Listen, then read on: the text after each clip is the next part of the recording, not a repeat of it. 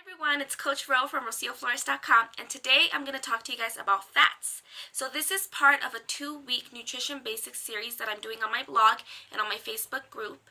So if you're wanting to get a little bit more of the information that I've already shared, make sure to head back over there to get the rest of that information, and stay tuned because the next video is going to be about vitamins. But today we're going to talk about fats. And I want to always make sure I let you know I'm not a doctor. Although I do have training in nutrition and I've taken biology courses, science courses, so I understand the information that I'm giving you guys. I'm not a doctor, so make sure that if you're going to make any changes in your diet, or if you're going to add or take away any foods or add any products, make sure that you talk to your doctor first, especially if you have any kind of health issues that might be affected by it. But let's go ahead and start. So fats have a really bad rep. In the science world, in the nutrition world, fats they've kind of baffled everyone for a really long time, and the consensus of what is a good fat, what is a necessary fat, has changed a lot from the beginning of when they kind of started talking about them to now in these days and what everyone says about them these days. So let me give you guys a little bit of the science behind it, and then I'll give you guys more of the nutrition information. So to start off, fats are made of molecules that are comprised of carbon, hydrogen, and oxygen. There's 3 kinds of fats, and we don't really hear about all of these because we usually just think about true fats, which are like the fats that we eat in food. But there's also phospholipids, which is what make up our cell membrane, and then steroids and hormones, which are also necessary for our body. But usually when it comes to nutrition, we're talking about true fats, which are going to be like olive oil or butter, like the things that we eat. So true fats are made of a glycerol molecule and a fatty acid chain. So these fatty acid chains are usually what people are talking about when you're describing like monounsaturated fat, saturated fat, and polyunsaturated fat. So I want to give you guys a little bit of visual of what that means. So basically when you're talking about saturated fat, you got this molecule that is saturated with hydrogen, and so it stacks. So you got a straw, and I got this really cool little visual from my science teacher in college. But when you have one of these saturated fats, it's like having a regular straw, and when you put it inside a bottle and you put a ton of them together, they stack perfectly. So there's not a lot of wiggle room.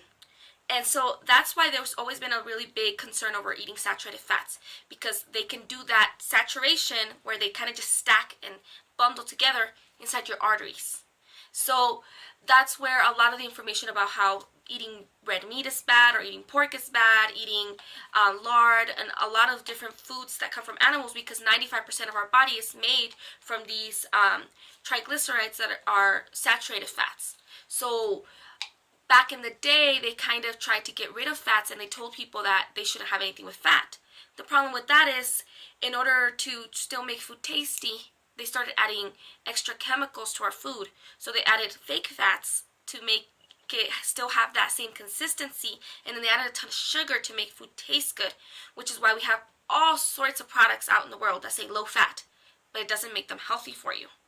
So then we discovered that not all fats are bad, because we have fats that are called monounsaturated fats, which means they don't stack up the same way, because basically they have a kink in them. Okay, so if you put a bunch of straws that are like this in a bottle, they're not going to be able to stack up as much, because they're bends and they're going to get in the way of each other, and they're not going to be able to stack up perfectly. And so that's why we generally see monounsaturated fats as not as bad for our body, because they're not going to clog up your clog up your arteries. And so that's one way to take a look at it. And then we discovered later on that there's such a thing as polyunsaturated fats, which means they have not just one kink, but several of them. And so we thought for the longest time, people in the science community, that, well, if one kink was good, then several kinks means they're freaking awesome. You guys should only eat these kind of fats. Okay, well, what happens when you put a bunch of straws that are all shaped like this? Well, they still stack, because now they have the room to fit into each other. So you got a bunch of them together, and then they stack, and turns out they kind of do the same thing as saturated fats. So then we kind of started to figure out that whether they're saturated or unsaturated isn't the only way to figure out whether it's good for you or not good for you.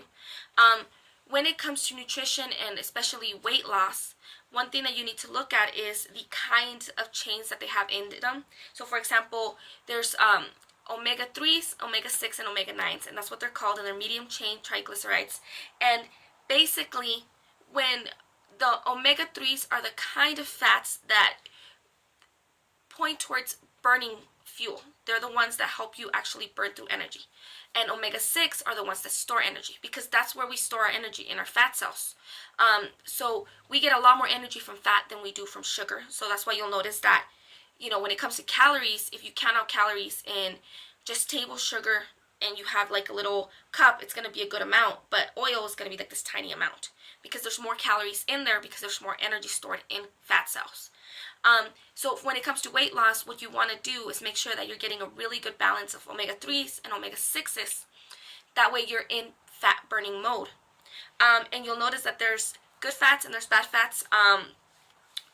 For the most part, people agree on the good fats because they're high in omega-3s, which are really good with helping you burn fat. They're good for helping you keep energy throughout the day.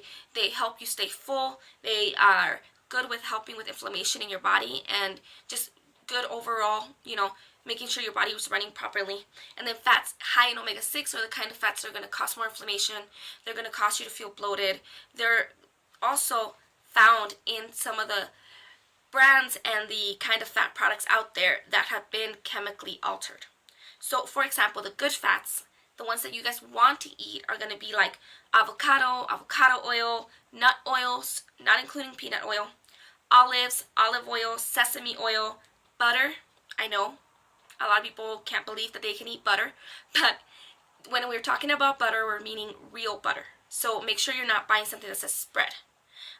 Coconut butter and oil are also really good options. Now, on that note with butter, most of the stuff out there is fake butter. If you look at it, it doesn't say the word butter on it.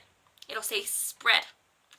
And if you look in the back, the way they made that spread, even if it's olive oil or it's made of a good fat, usually what they did to it to make it solid, they added extra hydrogen atoms to it to make it saturated so that it can stay solid, which is what's called trans fats. So technically we're not supposed to have trans fats in our foods, but they can get away with putting a little bit, and then as long as they don't list them as trans fats, they can list them as hydrogenated soy oil, hydrogenated olive oil.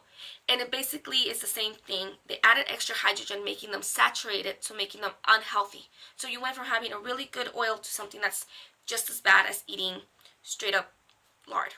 So some of those fats that are going to be like the fake butter, you also have a lot of other oils that have been so processed to the point that you're not actually getting any fats. So things like with canola oil, and it depends on how you get it made, because you can get some good canola oil out there. But most of the time what they do to get that clear, pretty color that they sell in the store, they actually burn through it. And so you're getting the product of a product. You're not actually getting oil anymore. So you're not getting any nutritional value from that. The oils that tend to be high in omega-6s are those oils. So you're going to be like canola oil, corn oil, safflower oil, shortening, cottonseed, grapeseed, margarine, sunflower, and you find them a lot in a lot of the processed foods out there as well. So make sure you take a look at the ingredient list. If it says hydrogenated, that's a trans fat. It's not good for you. Stay away from it. I hope that these tips kind of help you with just deciding what kind of fats to eat every day. Whether you're choosing good fats or you're, kind of going out of your way and having some bad fats, you should still try to make sure that you're not getting too many, because again, since fats have higher energy storage, they have a lot more calories, and it's so much easier to eat a lot of them and eat too much of them. So try to stick to about a teaspoon at each meal, or if you're having olives, go like anywhere from 5 to 7 olives, or if avocado, do about a quarter of an avocado. That's a good serving per meal. 3 times a day is a good amount to get. But try not to have every single meal have fat in it, and try not to go out and have like those really deep fried foods. So many of them can be made baked, and there's tons of recipes out there on the internet that you can easily Google when you're out shopping, like how can I make this at home in a healthier way. Always make sure that you're looking to get extra information before putting that stuff in your body. But I want to thank you guys so much for watching this video. If you liked it, if you got value from it, please make sure that you like it and that you share it with your friends, or tag people in the comments that you think it would help for them to understand this information. And if you find that you have some of those bad fats in your fridge, post a picture of them in the comments below. And if you guys are having trouble with getting healthy, or you're wanting to just start eating clean and getting a healthier lifestyle, make sure to join my Facebook group. It's called Coach Rose Clean Eating Basics Group. It's free to join, and there we are a support group where we can help each other. You can post your questions, you can post your problems, you can post your successes, and it's a place that we can all rejoice together and learn from each other, and where I can share information about nutrition with you guys and also share support. So if you want to join that, I will put the link in the comments below. Also, if you're just getting started, make sure to download my Clean Eating Meal Plan Guide, which gives you a whole 7-day meal plan to get started. It has a shopping list, it has the meal prepping, it has the recipes for you to know what to eat at each meal. Tons of great information to help you get started so that you can succeed on this journey. Again, thank you guys so much for watching. Make sure you stay tuned for the next video coming up, which will be about vitamins. And I hope you guys all have a wonderful, wonderful day. Goodbye.